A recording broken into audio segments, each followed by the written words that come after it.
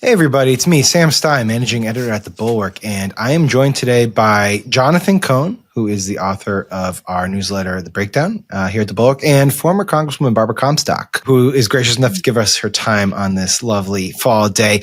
We are gathered here, this weird gathering, because earlier this morning, former House Speaker Nancy Pelosi announced that she is going to be retiring from Congress. She's going to serve out her current term, and then she's going to leave, heading back to San Francisco, ending what we could probably say is one of the most influential, if not the most influential career in Congress, certainly one of the most impactful speakers in the history of that chamber. And we're here to talk about that legacy and to share some stories. So first of all, thank you both for doing this. Really appreciate it. Barbara, you served with her, so I do want to start with you. Obviously, you served, you were a Republican from Northern Virginia. You were on that bellwether district area. She was targeting your seat probably the entire time. And she could be ruthless politically. Let's just be honest about it. But I'm curious just for your reflections about what she was like as a public figure and then as a private individual. Well, first of all, I was a staffer in the 90s. So early in her career, so going way back, because I worked for Frank Wolf, the congressman I ended up replacing, she was on our hall. So when she was just a pretty new congresswoman, she was friendly with Frank Wolf because they both worked on against China, against MFN for China. So she would come into our office. I didn't work on that issue too much for him. Another staffer did, but she would be in our office often. So obviously everyone knew she was very liberal. But my very conservative boss agreed with her on that issue. So they were allies on that issue in the early 90s and worked together on it. So, I saw, she's 85. My mom's just a little older. My mom was a really young mom. She was obviously a young mom, but here she was, always this very put together, polished, member of Congress. I was a young mom at that point. Usually kind of like, how could she be so put together all the time? And she was very gracious, and obviously we knew she wasn't on our side on much of anything else. So that was a good, impression at that point. And then, then we got in the majority after that. Now, fast forward, I then in the 90s worked on impeachment and stuff and all the investigations, was pretty much in a partisan mode as a staffer, went on to work on the Bush campaign and things. So by the time I got into Congress, yes, I was a target, like the top target every one of my races. So when I came in as a member of Congress, Judy Woodruff had this lovely party for all the female members of Congress. And actually, my friend Debbie Dingell was there, and we had a group of Republican members who were there. Debbie was in my class, and Judy was introducing everybody. And she said to the group, she goes, well, a lot of you may not know this, but Barbara Comstock, before she was here, was chief counsel on the Government Reform Committee where, she investigated everybody.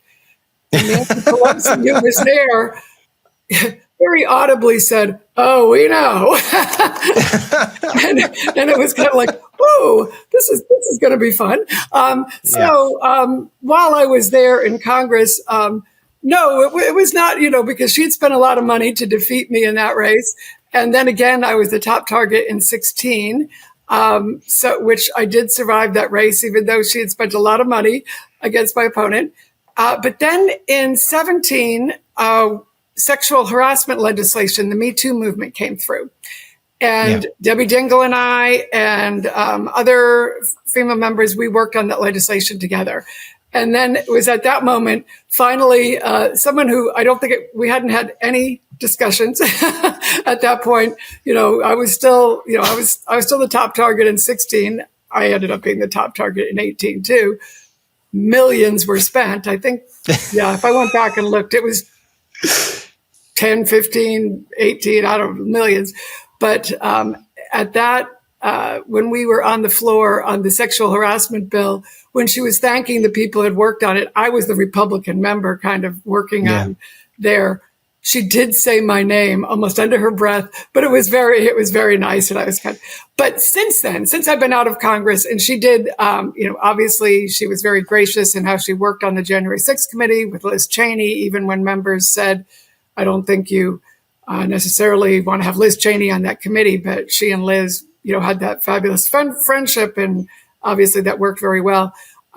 We have since had post-congressional, very friendly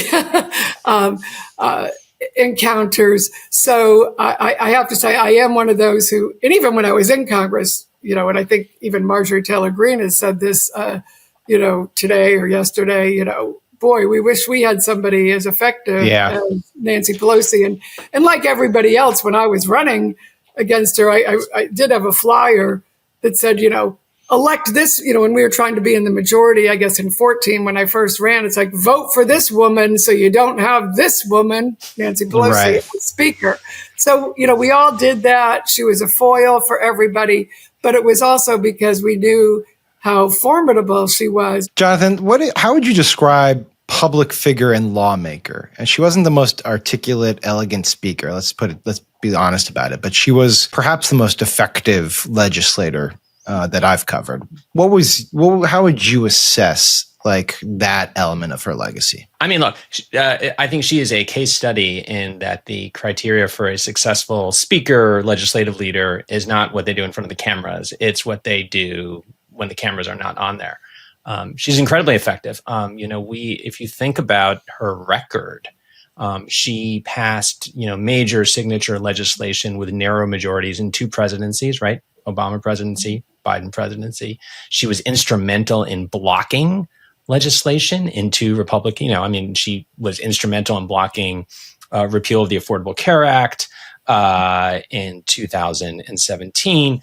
And if you go all the way back to the first, to the Bush administration, second Bush 43, when he was trying to do Social Security privatization, she was instrumental in sort of stiffening the spines of Democrats and keeping them together and blocking that. And that's sort of an episode people forget now. There was that was a very big, that came very close to happening. I mean, that was a serious proposal that had serious momentum when Bush had just gotten reelected in 2005. And, it was a combination, I think, of doing all the little things of blocking and tackling in Congress that doesn't, it's not the things that get you on TV or that doesn't get talked about on social media, but, being so attentive to the needs of every single one of her members, knowing each district so well, building up trust, being methodical, having an incredible amount of energy. I mean, Sam, I don't know if you ever got to follow her around when reporting on her. I did. I got to shadow her once, and she's exhausting. And here's someone. I mean, I was not. I'm trying to think when this was. This was a while ago, but at least half her age. Well, maybe not half her, but doing it all backwards and in heels, right? Yes, in backwards and in heels. And she's. I remember very distinctly. I was fine. It was one of those nights when there was one of the shutdown. I don't remember if it ended in a shutdown or not, but this would have been around 2000. I want to say around 2013, maybe. And it was like 11:30. She'd done a whole day. I was like shadowing her and her staff, and she was back in her office. I was exhausted. And she's on the phone. She's making more calls. She's like, she's going to set up another meeting with someone. And I'm like, I don't know how she does it. And then, she's tough. I mean, she just stands her ground. And I think that's something else that has been, she's cemented, I think, in a lot of people's minds as a kind of a figure of the old establishment that the Democrats need to get past. And that's true. But she has a record of kind of strong stands when she thought she had to draw the line that were very influential and really shaped legislation, shaped the history of the party over the years. And I think that ends up sort of reinforcing itself, because when you get a reputation for being that kind of person and being that strong and taking those stands, your members see that and they remember that. And then the next time they're more inclined to follow you. Yeah, I would just add there's 2 stories to that point, which is she was obviously very shrewd. Things were always incredibly planned in how she attacked various pieces of legislation or moments. So one anecdote is during the Iraq War, and this was, I believe, covered in Molly Ball's book, which people should buy. But during the Iraq Great War, book. things are like, Democrats are completely divided over what to do about this. But it's clear that the war is going in a bad direction. And Jack Murtha, the former congressman from Pennsylvania, is who is a very influential voice on military matters for the party, has decided privately he's going to come out against the war. And this, everyone remembers, this was a big deal when he ultimately did it. And Murtha comes out and he says, he had voted for the authorization. He realized that it had been a mistake. He comes out, he starts a very public, aggressive campaign against the war. And Pelosi is supportive, but she's not actually publicly supportive. She's not like there with the guy as he's doing this. And he's taking a lot of arrows and he's in the public fray, and the Bush people are going after him, and she's just sort of to the side, and people are starting to wonder, what is she doing? Like, she's letting this man, get pummeled. And they had actually decided prior to that he was going to do this himself, that had she been attached to his effort, had she been seen as aligning with him on this, or even boosting him in any way, it would have sapped credibility from what he was doing. And no matter what kind of punches he had to take, it was more beneficial for the anti-war cause if he was there alone. So that was sort of a shrewd decision. The other thing was, and then people don't actually appreciate it, I don't believe, which is she only lost one vote she ever brought to the floor, which is crazy. You look at how many Republicans lose. I know. I was going to say, it's like, Paul Ryan and Kevin McCarthy are probably like, oh my God, how? But the vote was for TARP. And I remember, it was obviously very historic and it was depicted in, movies and all that stuff, but Hank Paulson has to get on his knees and beg her to bring TARP back up because it failed. And it wasn't her fault. And she took a lot of anger about the fact that it failed because she had this perfect record. But what happened was John Boehner had promised a certain number of Republicans. Eric Cantor had gotten squishy. Not a lot of Republicans came on, and they didn't have the votes because the Republicans didn't come through. And she really was bothered by it. She was like, she wanted her perfect record. She didn't want to be at fault. Ultimately, she did bring TARP back up and it did pass. But those are two of my many Nancy Pelosi anecdotes that gets to how calculating, shrewd, but also effective she was. I don't know if you have any similar ones, Barbara. Well, she's certainly cited as an incredible fundraiser, but what fundraising really is about, it's relationships too. People don't, they just think it's fundraising, but her relationship, building was so good. And I can tell you from inside the Republican caucus, she was certainly the, always, scorned, like, oh, yeah, she doesn't know what she's doing. And I was like, what do you mean she doesn't know what she's doing? She's beating you guys all the time. Do they really think that of her? In votes. Why don't we get our act together and do as well? You might not agree with her on issues, but she had it together. And it was those, years of relationship. You remember, she was the one who had to go and tell Biden that it was time to go. None of the guys would do it. And she sat there in the room and said, when the guys were saying, oh, but the polls say I'm good. And she's saying, what pollsters? What pollsters are saying, you bring me those guys? And she knew the polls. She knew what was going on. And when I heard, the way she handled that and did that, she didn't go out and do it in an ugly way. She handled that so well. And that was so hard to do. And she was doing that in a way that wasn't mean or nice. She was being like kind of a nice grandmother doing it to somebody who, she didn't want to do that, but none of the guys were stepping up and doing it. There were no other grown-ups in the room who would do it.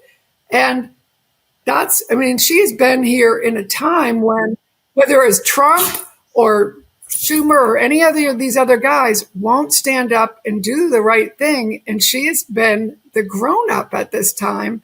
She definitely took the idea of being the grown-up in the room and ran with it. It wasn't just Biden, although that did fray the relationship. The Biden people were really angry. She knew it would. She had to. And she had to do it. But if people forget, early on when AOC and the squad were just coming on the scene, they wanted to really make a name for themselves and not play by the usual rule book. And I forget the actual vote that they did, but they tried to have some sort of I believe it was immigration. They put up some vote and they had a kind of a quasi rebellion. And Pelosi just sort of said, nah, we're not going to do it that way. And then I think the quote was, they had 4 votes. It was the squad. And the quote was something like, all these people have their public whatever in their Twitter world. Again, she wasn't the most like eloquent speaker, but they don't have any following. There are 4 people and that's how many votes they got. And it was just like sticking in the knife in a way. Well, but she got everyone to line up with her because of those years of relationship, the years of her showing up at their fundraiser, her doing all those things. Jonathan, talk a little bit about how that helped her with, the most critical thing obviously was saving Obamacare, which was, and you wrote about this in your book, and it's great. Everyone should buy his book too. But that was, she really did save the bill. She did. She totally saved the bill. She saved the bill. And, she saved it in 2 ways. She got the bill together, which, that thing almost fell apart like 7 times, between when it started and when they finally passed it. And a lot of the exercise was the realization that what the House, it was a split. The House was more liberal, the Senate was more conservative, and getting her liberal House members to understand that they were going to have to vote for something they didn't like. It was going to be well short of what they wanted because it was the only way to get something through. And, that happened a couple different times early. There was, she had to basically get the Democratic, the caucus to vote for abortion restrictions attached to the insurance plans, which was, she was a staunch defender of abortion rights. Most of her caucus was. And she basically had to go to them and say, she had to fight. She had to get them to kind of agree to that. And then much later on, after, later in the debate, that she had to get the House to vote for the final Senate version, which was much weaker than the version they had passed. And in both cases, I think what had allowed her to do that was she spent a lot of time publicly and privately angry on behalf, sort of fighting the liberal fight in ways that I think she knew she wasn't going to get what she wanted. But sort of, going out there and fighting and sort of, showing that she was out there fighting so that when she went to her caucus, there's a very famous moment when they first passed the first version of the bill, when she brings in a bunch of very close friends and allies who are staunch abortion rights supporters into her office. And she said, you need to vote for this. She says, this is my whip list. This is the vote count. I cannot do any better than that. And the reason they go along with her, and they were really upset, and it was a tough vote, was they believed when Nancy Pelosi said, I can't move this list anymore. I tried my best. They believed her. And they said, okay, if you've told us we trust you, we believe you, then we're going to go along with it. And then, of course, the other moment is, as they got to the final stages of the debate, the House had passed their version, the Senate had passed their version. They were trying to compromise, work out a middle of the road possibility. Democrats lose a special election in Massachusetts. Now they don't have a filibuster-proof majority. The only way to pass the law is to basically the House has to pass what the Senate had passed, which they hate. And they were like 40 votes down. And I remember getting phone calls for like weeks, and people were like, this thing is dead because there is no way Nancy Pelosi can get 40 no votes to turn to yes, but she did. And it was the same thing. She had fought so hard for the things that the House Democrats wanted that when she went to them one by one and said, look, I can't do better than this. Here's something I can do for you. They listened, they believed her. She made a very big, there was a kind of subplot going on there in the Obama White House because Rahm Emanuel, still around in politics today, who was Obama's chief of staff, he was ready to cut a deal. He thought this whole thing was a political albatross. He's like, screw it, let's just do like a really tiny expansion of health insurance, and even like floated it in the Wall Street Journal. And Pelosi basically went ballistic on him. Privately, she made comments publicly. She's like, we don't want any part of this teeny weeny bill. And number one, it got Rahm had to kind of cease and desist mostly, kind of, but because he was Rahm, but not possible. Impossible. But at the same time, I think again for the liberal members of her caucus who were like not happy about this, they part of that was we think we can do better if we hold out. They saw her fighting for this. They're like, so when Nancy Pelosi comes to me and says I can't do any better, I'm going to believe that. And of course, the conservatives in her caucus see that she's making this compromise, and they say, okay, I see you're coming to me, so I'm going to stick with it too. And that's that's how you do things in Congress. Let me just, I want to get to... Nobody does that anymore. I mean, that is, yeah. Right? Yeah, right. I mean, that's true. That's the thing. I mean, it's such a like lost art, I feel. I mean, and you know this obviously much better than I do because you were in Congress, but it's just the extent to which now so many members in both houses, it's all about, you know, getting hits that get you the funds and whatever. And the sort of old fashioned, it's an art that seems to be, I don't know, vanishing. I want to talk a bit about the Trump years because, I mean, she shepherds the party through the Obama years. Obviously, they lose the House in 2010, and she doesn't get back into power, into the speakership until 2018. I mean, that's a long time to stay around in the minority and just persist, obviously. Trump comes back on the scene, and, you know, we have this kind of like, you know, there's like these iconic moments with her and Trump where she's in the Oval Office and she's like that famous photo where she's like pointing at him. She says like all roads lead to Russia with you. And then you have the sunglasses outside of the Oval Office where she goes and she briefs. And then of course the ripping up of the State of the Union speech, and then impeachment, which she shepherded twice. But ultimately, and I mean, it's just the reality is that she, towards the end of the career, her objective was to make sure that Trump never got back to power. And he did. He did. And that's where we're sitting right now with him in power. And I don't know if she's talked to you about that, Barbara, or if you have thoughts on that. But to what degree do you think that weighs on her? Yeah, it does. You know, and I think, you know, I'm thinking last year when I saw her before the election and talking to her about it, you know, she's so good at vote counting. You know, she was out there working so hard. I certainly did think this would be, you know, kind of her swan song that would happen. So this is certainly a challenge. So certainly this week to see two of her class of 2018 women now rise to be governor, that has to be somewhat, you know, that is part of her legacy. And I have to say, no, I supported both of the women, but Abigail Spanberger is a good friend too. So I think, you know, this gets longer and dragged out than anyone wanted, and Trump is a formidable nemesis, and it is a challenge. But I think her legacy will be a longer one, and certainly I mean, look, she's been in the scene for 40 years, and she actually has accomplishments that are there.